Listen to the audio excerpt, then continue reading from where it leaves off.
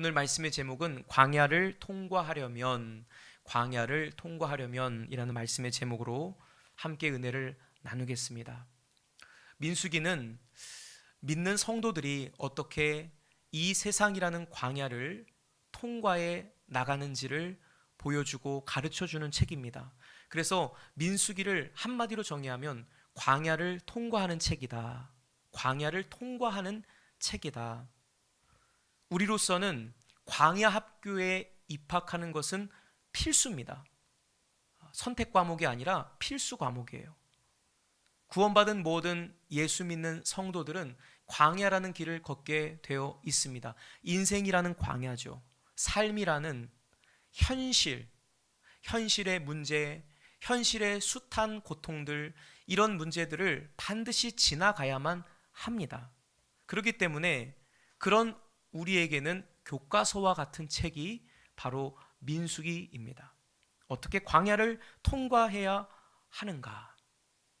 그래서 민수기 10장까지 보게 되면 이스라엘 백성들이 애굽에서 탈출해서 3개월 만에, 애굽에서 구원받은 지 3개월 만에 시내산에 도착하죠.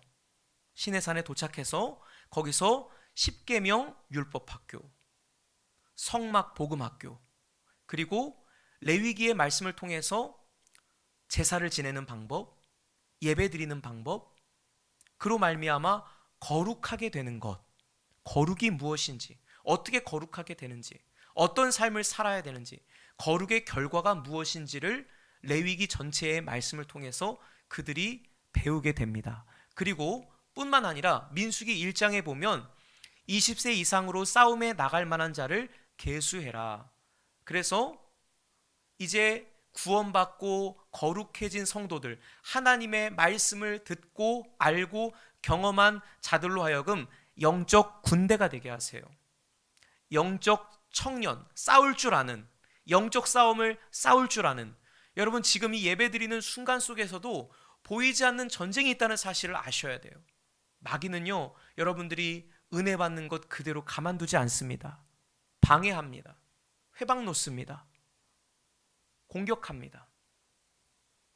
여러분들의 마음에 죄책감과 정죄감을 심어서 하나님의 은혜의 보좌 앞으로 나가지 못하게 합니다.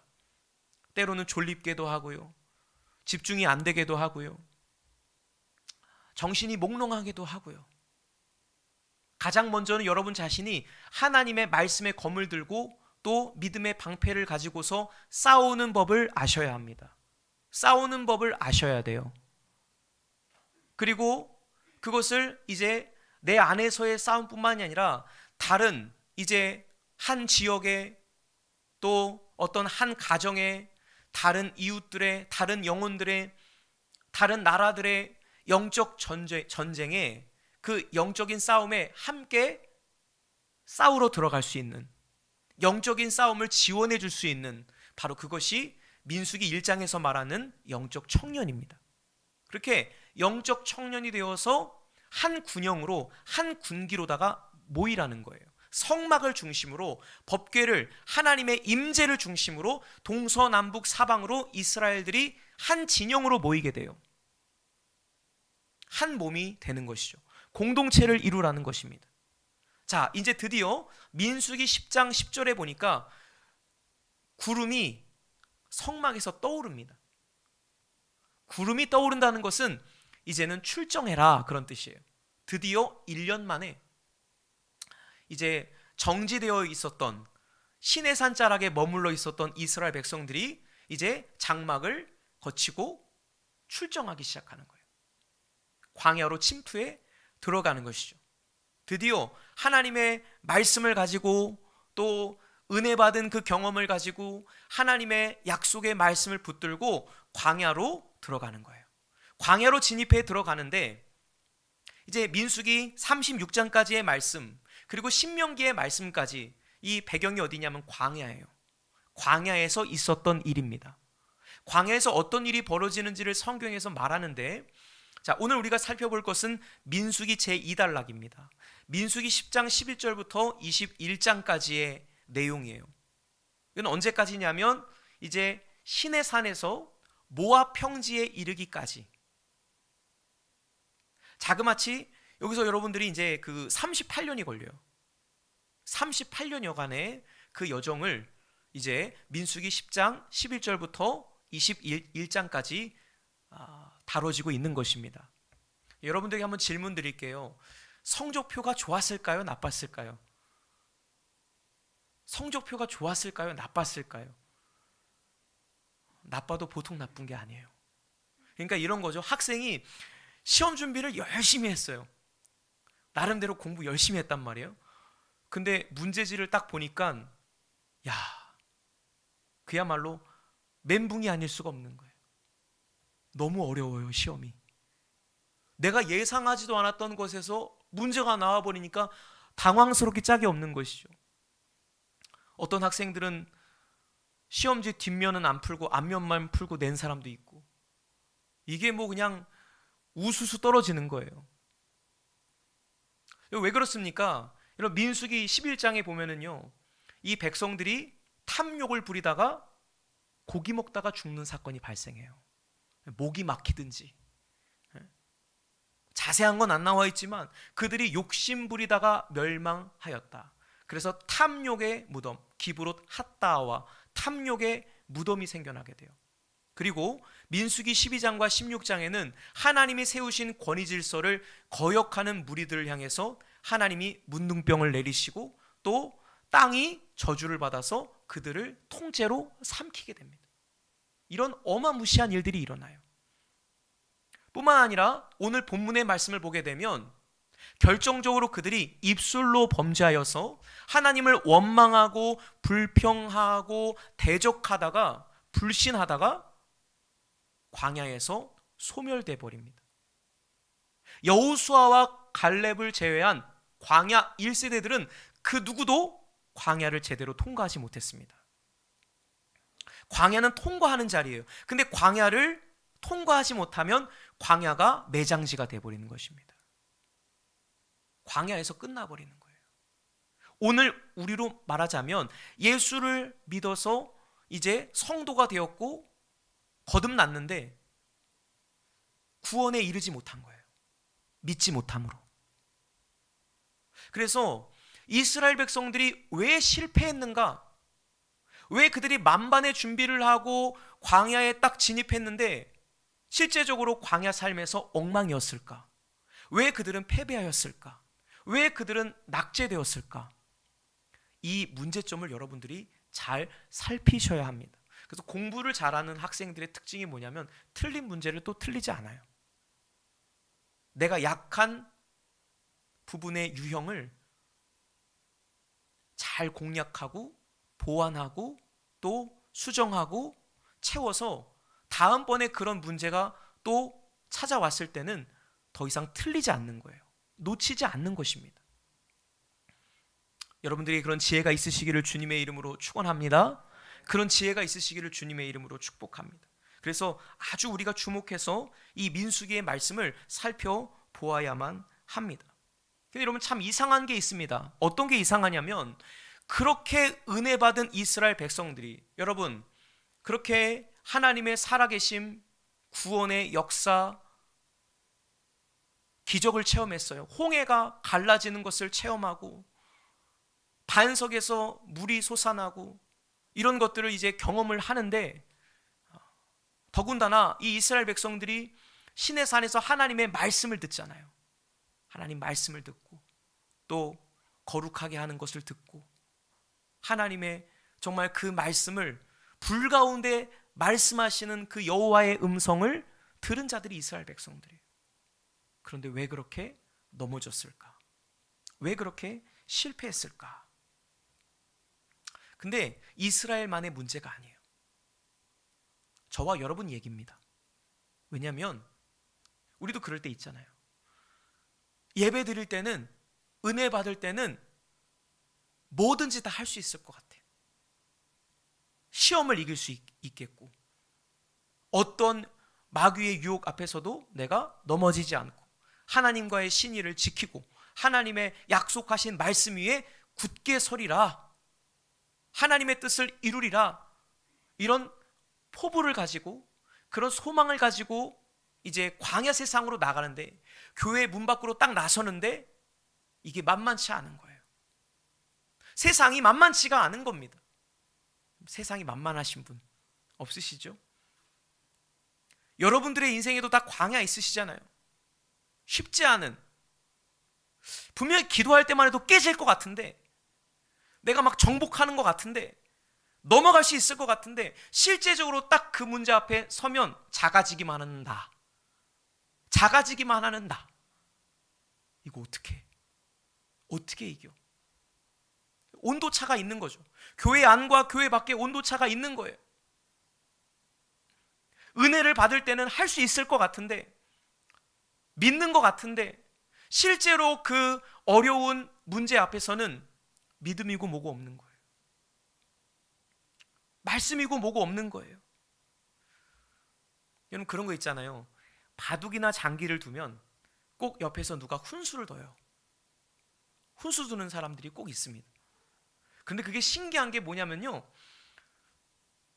둘 때는 모르는데 그냥 가만히 옆에서 지켜보면은 수가 보이는 거예요. 그렇죠?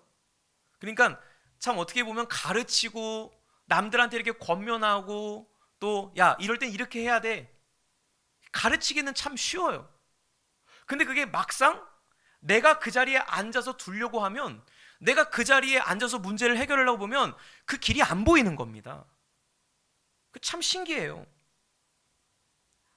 고난을 겪는 사람들에게 이런저런 훈수를 둡니다. 문 닫아주세요. 네. 이런저런 훈수를 둬요. 기도해야지, 그래도 믿음으로 살아야지, 끝까지 참고 견뎌야지. 그리고 우리의 어떤 신앙의 정답 같은 게 있잖아요. 그죠? 여러분 다 정답 아시죠? 답을 몰라서 우리가 방황하는 게 아니잖아요. 그죠? 답을 몰라서 힘든 게 아니잖아요. 근데 그게 적용이 안 되는 거예요. 아는데 안 돼요. 뭐예요? 막상 그 문제가 내 문제가 되면, 내 상황이 되고 내 처지가 되면 이게 다른 문제인 거예요. 진짜 머리하고 몸이 따로 놀아요. 머리하고 몸이 따로 놀아요. 그래서 우리에게 이 삶이라고 하는 것은 어쩌면 이 광야의 길을 걷게 하신 하나님의 은혜는요, 우리들로 하여금 겸손케 하시는 은혜인 것 같아요. 아멘. 겸손케 하세요. 여러분, 만약에 제가 설교만 하고 저에게 일상이 없다면, 제가 살아야 할 가정이 없고, 만약에 제가 어떤 육신을 입은 사람이 아니라 완전히 여러분과 동떨어진 세계를 살아가는 사람으로서 제가 이렇게 얘기를 하는 것이라면 여러분들을 막 닥달할 수도 있을 것 같아요. 볶을 수도 있을 것 같아요. 왜 이것도 못하세요? 이렇게. 여러분 기도하셔야죠. 이런 문제도 해결 못하십니까? 그런데 제가 참 겸손해지는 것은 무엇이냐면, 하나님이 저의 삶에도 동일하게 그런 광야를 주세요. 연단을 주시고 시련을 주시고 문제가 없지 않아요. 그러니까 그런 문제를 겪으면서 이해하게 되는 거죠. 쉽지 않구나.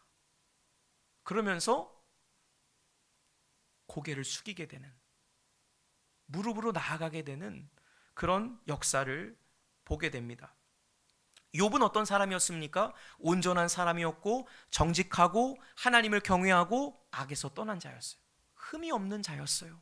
신앙이 아주 돈독한 사람이었습니다. 그러나 욥에게 그런 엄청난 거대한 재앙이 물밀듯이 닥쳐오자, 상상할 수 없는 고통이 밀려오자, 그가 차마 하나님은 원망할 수는 없고 입술로 하나님께 대하여 불평하고 하나님 나에게 왜 이러십니까? 라고 원망하고 직접적으로 하나님을 대적하진 않았어도 그가 어떻게 합니까? 얼마나 고통스러운지 자기 생일을 저주해요. 자기 인생을 저주합니다. 내가 어머니의 태에서 잉태되지 않았더라면. 여러분 생각해 보세요. 얼마나 고통스럽고 얼마나 힘들었으면 그랬을까? 그런 이야기를 할까? 그런데 불난집에 부채질하는 것처럼 이 욥의 친구들은 아랑곳하지 않고 자기들의 머릿속에 있는 지식을 전달하는 거예요. 너 죄 지어서 그래. 인과응보야. 하나님께 기도해. 언젠간 너에게 좋은 날 올 거야. 그런데 그런 숱한 이야기들이 하나도 욥에게는 와닿지 않는 거예요. 와닿지 않는 거예요. 왜일까요? 그들의 입술의 언어는 머리에서 나온 지식이지 그들에게 온 몸으로, 그러니까 지금 욥은 온 몸으로 말씀을 경험하고 있는 중이에요. 하나님의 사람으로 살아간다는 것이 무엇인지, 제대로 된 광야를 지금 겪고 나가는 것이죠. 그 치열한 광야를 겪고 있는 사람에게 하나님의 말씀이 이론으로는 들려지지 않는다라는 거예요. 이론의 말씀, 어떤 개념, 추상적인 개념의 그 말씀으로 광야를 통과할 수가 없다라는 거예요. 여러분, 광야는요, 잘 들으세요, 말씀이 실제가 되는 자리입니다. 광야는요, 말씀이 실제가 돼요. 하나님을 의지하는 방법이 실제가 되는 거예요. 왜? 진짜 먹을 게 없거든요. 진짜 당장 내일 입을 옷이 없어요. 당장 내일 어디로 가야 될지 모르겠어요.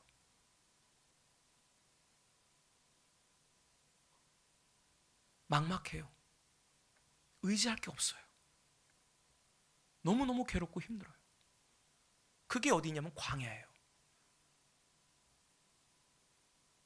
근데 그런 상황이 아니라 룰루랄라 정말 아무 문제가 없는 상황 속에서는요, 말씀이 굳이 실제가 될 이유가 없는 거죠. 그런데 진짜 그 철저한 광야의 인생 속에서는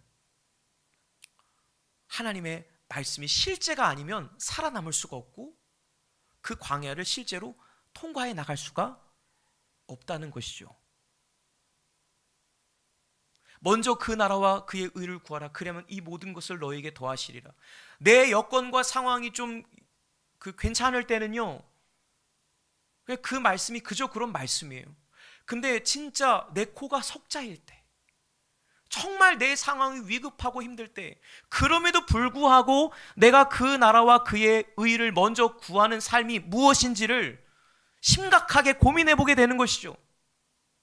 이해가 되세요? 그러니까 그 광야라는 현실 앞에서 말씀이 진짜 말씀의 자리에서는 머리에 있는 말씀이요, 가슴으로 내려와요. 근데 여기서 끝나는 게 아니에요.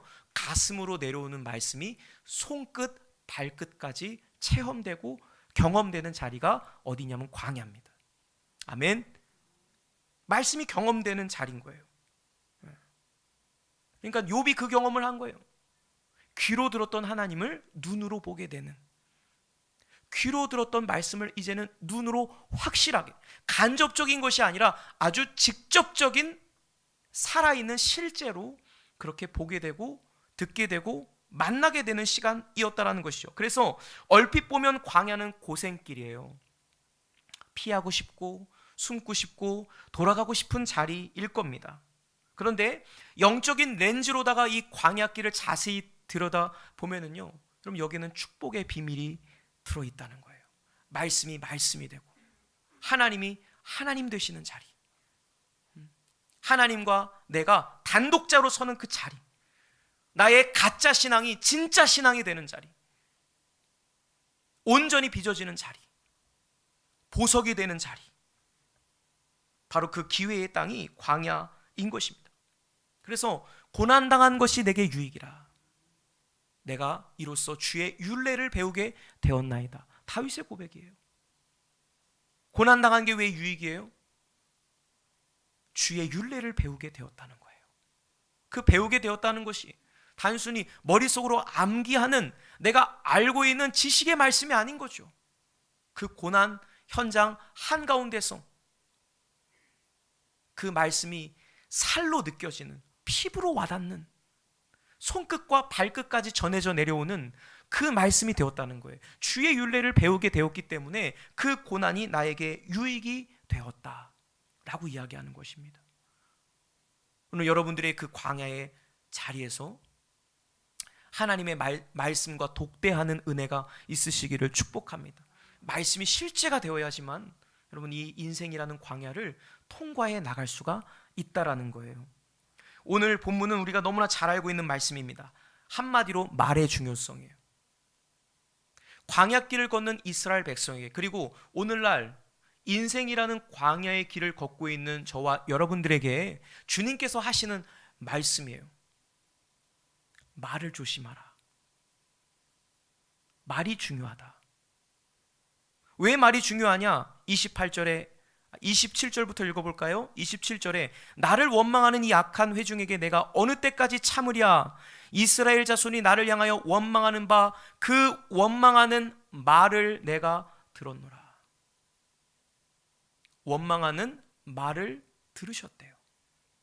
불평하는 말을 들으셨대요.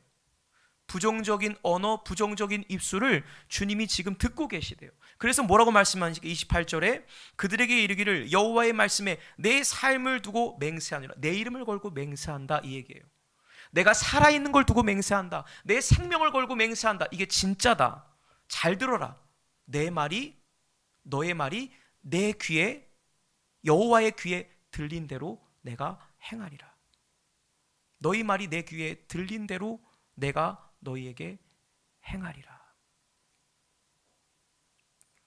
이 말씀을 하시는 거예요. 하나님께서 이스라엘 백성들이 원망하고 불평하는 이야기를, 소리를 주께서 다 지금 듣고 계신다라는 이야기입니다. 우리 믿음의 성도들은요, 이 말이 얼마나 중요한가를 알아야 됩니다. 말이 얼마나 중요한가. 사람들이요, 이 말이 얼마나 위력적인지를 잘 몰라요. 왜? 한번 말하면 없어지잖아요. 한번 말하면 없어지잖아요. 그렇죠? 누가 녹음기를 틀고 여러분들의 언어를 입수하지 않는 이상, 기록자가 있어서, 서기가 있어서 여러분들의 발언한 거를 다 기록하지 않는 이상 여러분들의 말이 기록되지 않잖아요. 그래서 사람들이 다 그렇게 생각하는 거예요. 아니, 그냥 말은 말뿐이다.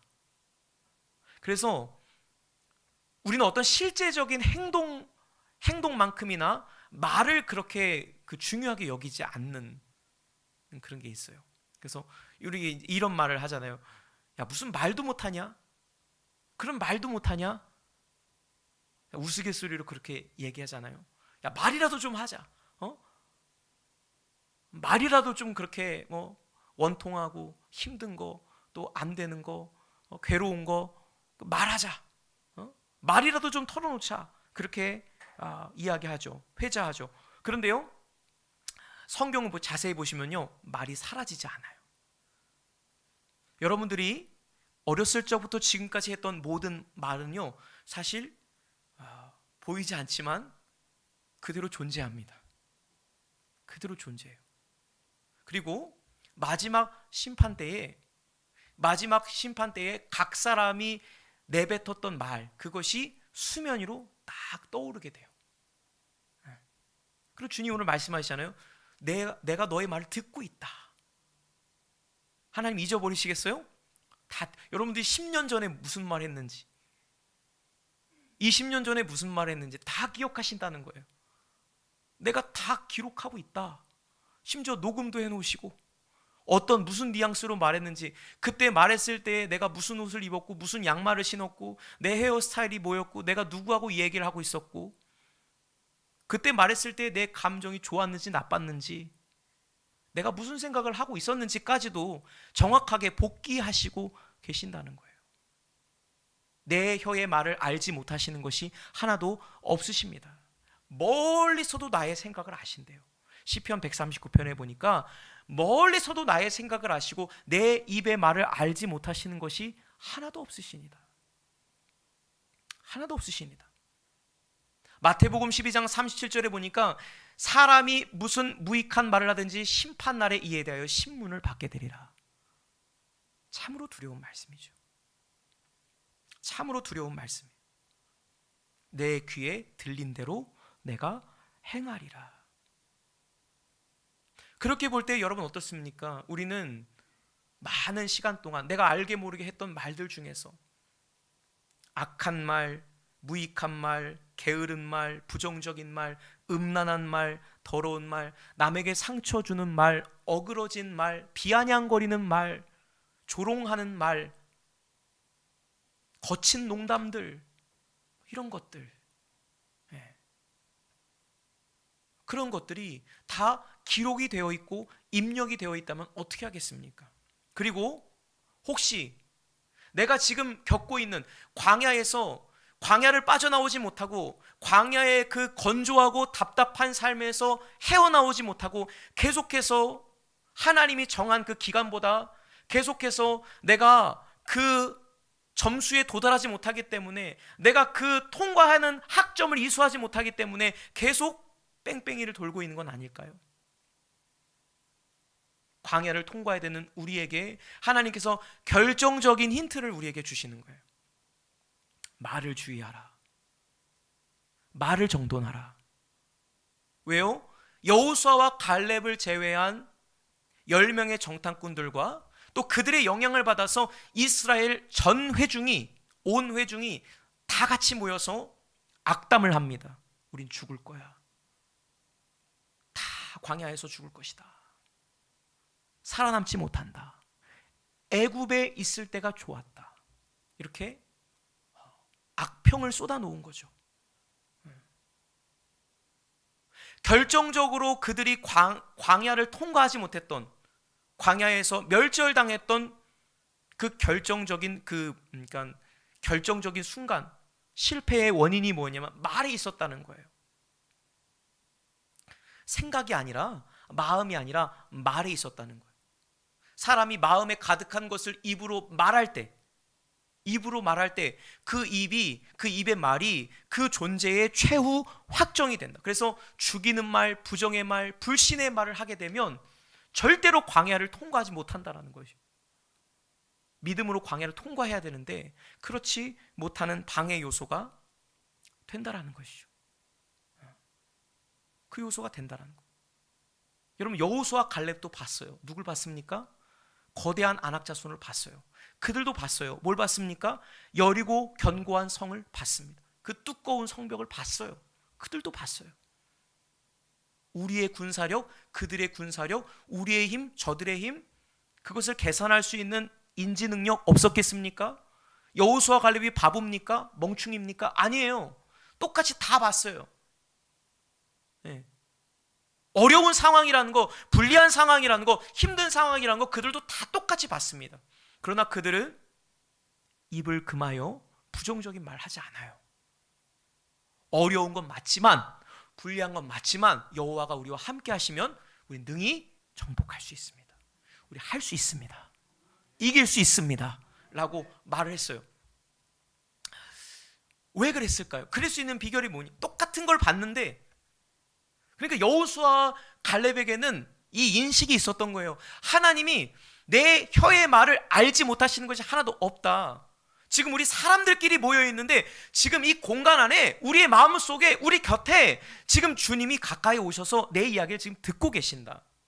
그리고 내가 지금 무슨 말을 하느냐가 곧 나의 미래이니, 내 생각으로는, 내 마음으로는 안 될 것도 같고 좀 어려울 것 같기도 하지만 절대 하나님 앞에 내가 있기 때문에 말로 악평하지 않는다. 저는 이것이 여호수아 갈렙의 믿음이었다고 생각해요.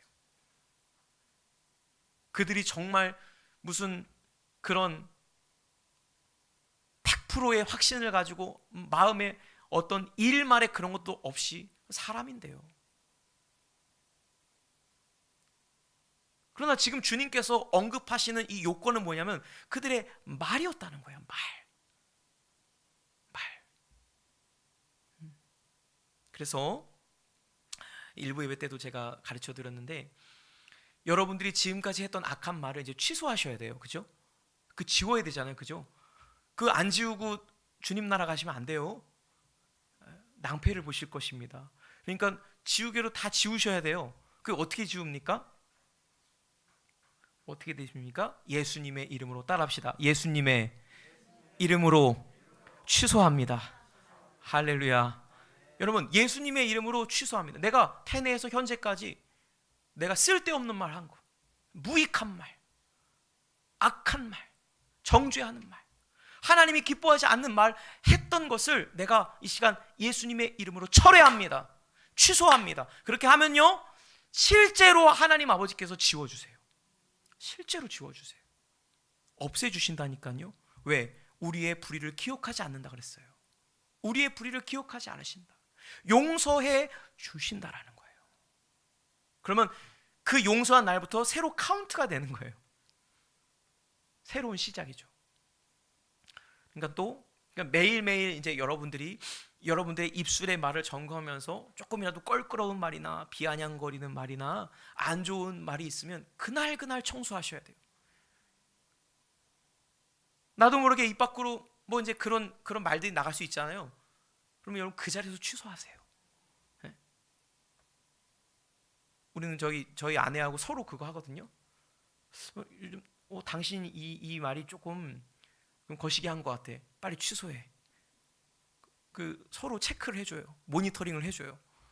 그래서 취소합니다 하는 거예요. 자녀들에 대해서 이렇게 하는 그런 말들도 우리가 축복의 씨앗을 심어야 되는데 부정적인 말을 심을 수 있잖아요. 그럴 때마다 다시 기도하고 다시 정돈하고 다시 리셋하는 것입니다. 오늘 우리에게 주님께서 말씀하시는 것입니다. 무엇을 심든지 그대로 거두리라. 너희 말은 씨와 같다. 광야에서 내가 무엇을 말하는가, 그것이 너무나 중요하다는 것입니다.